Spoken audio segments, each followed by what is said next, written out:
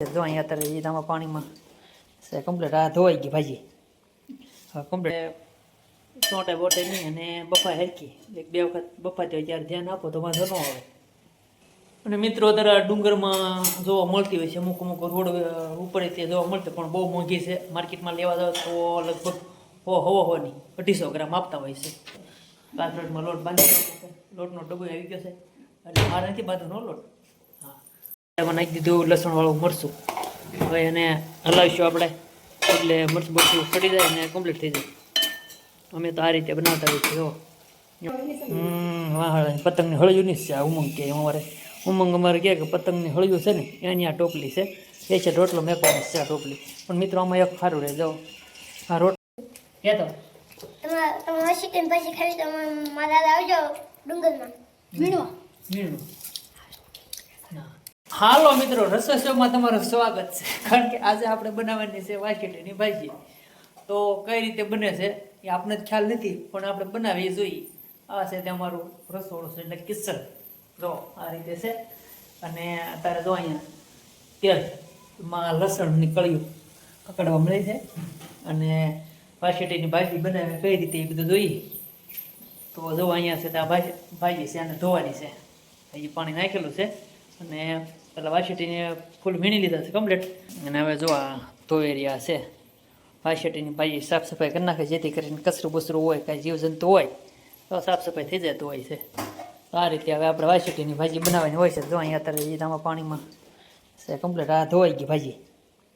હવે કમ્પ્લીટ કર્યા પછી જો અહીંયા છે ત્યાં તેલમાં કકડમાં નાખી દે લસણની કળીઓ અને એમાં નાખી દીધી હવે ભાજી.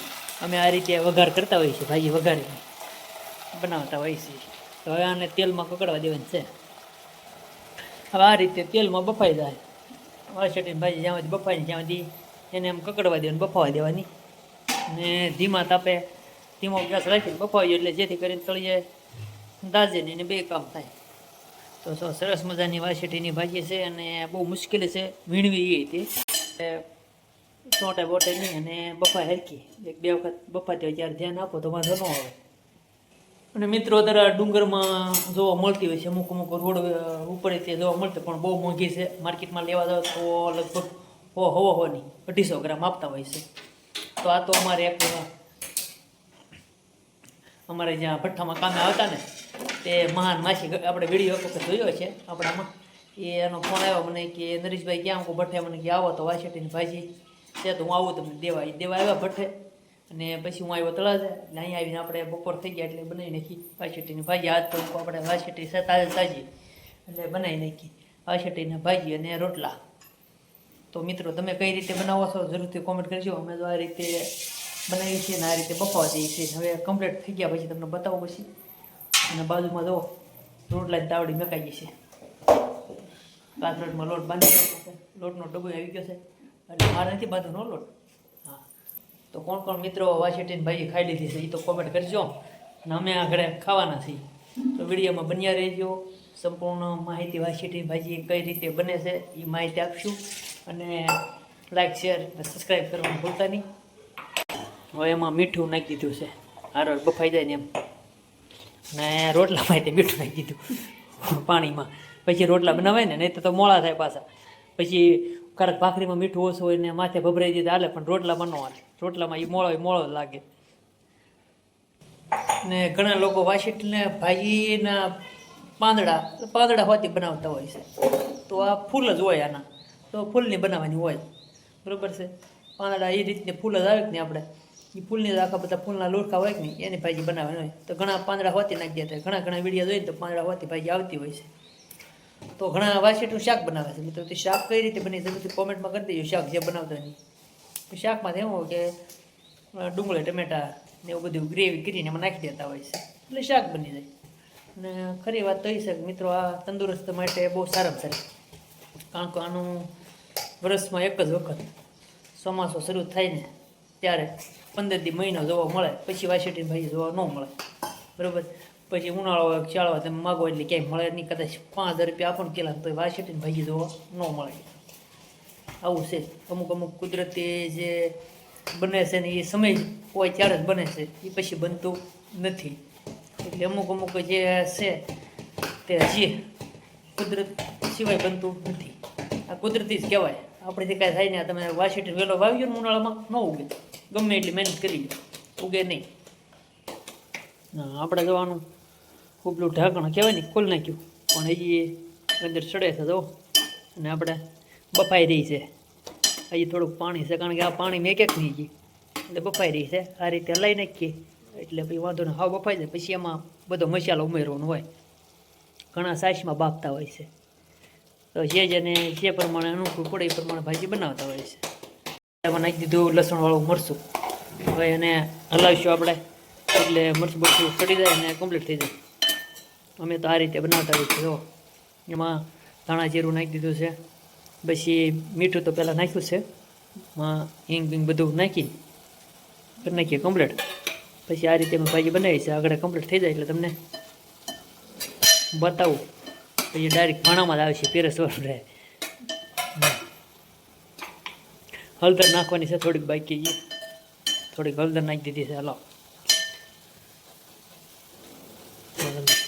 અમે આ રીતે વાસેટીની ભાજી મિત્રો બનાવી. તમે કઈ રીતે બનાવો જરૂરથી કોમેન્ટ કરજો. જો મિત્રો આપણે વાસેટીની ભાજી થઈ જશે કમ્પ્લીટ. જુઓ તમે, સડી ગઈ છે કમ્પ્લીટ, બફાઈ ગઈ. અને અહીંયા રોટલો કમ્પ્લીટ સડી ગયો બાજુમાં ટના ટન, બરાબર છે. અને રોટલો મેકવાનો જો આમે ઓલું પીડ્યું શું કહેવાય ને, આ કંઈક છે તો ખરું. રોટલો મેકવાની ટોપલી છે લાકડાની, વાહડાની, લાકડાની શું વાહડાની પતંગની હળિયું નહીં છે. આ ઉમંગ કે અમારે ઉમંગ અમારે કહે કે પતંગની હળિયું છે ને એની આ ટોપલી છે.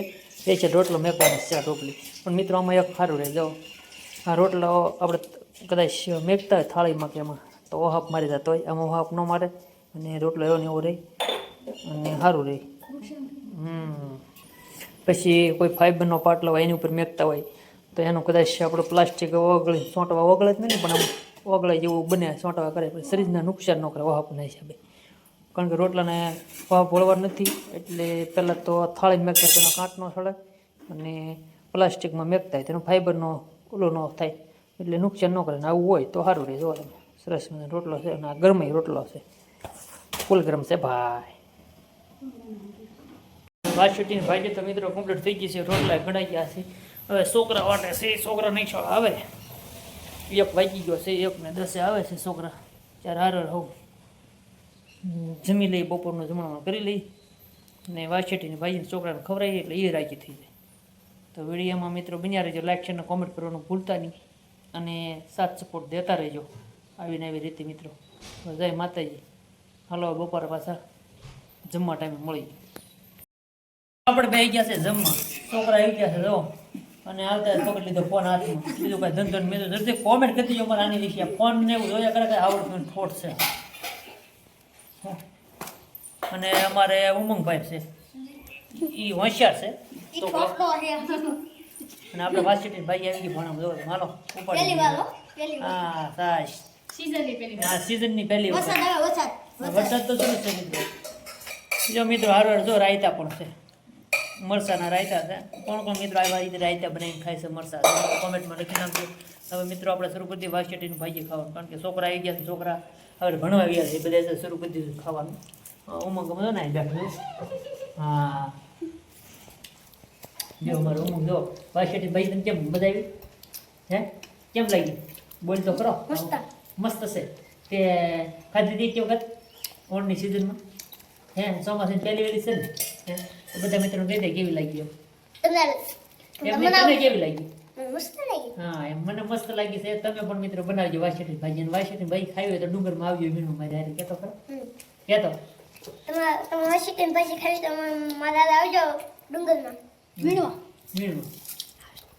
હા તો મિત્રો વાસેટીની ભાજી ખાવી ને તો ડુંગરમાં ધરો હોય. પછી હાવજ ન લઈ જાય ધ્યાન. હા અમારે હું છે એમ કે હાવજ ન લઈ જાય. ત્યાં હાવજ તો હોય મિત્રો.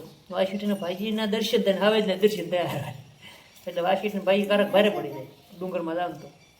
આપણે હાંજે જવું પડે. હાંજે હાવજ જોઈએ. હાંજે આપણે હાવજ જો લવું ને તો વાસેટીની ભાજી જમી લઈ.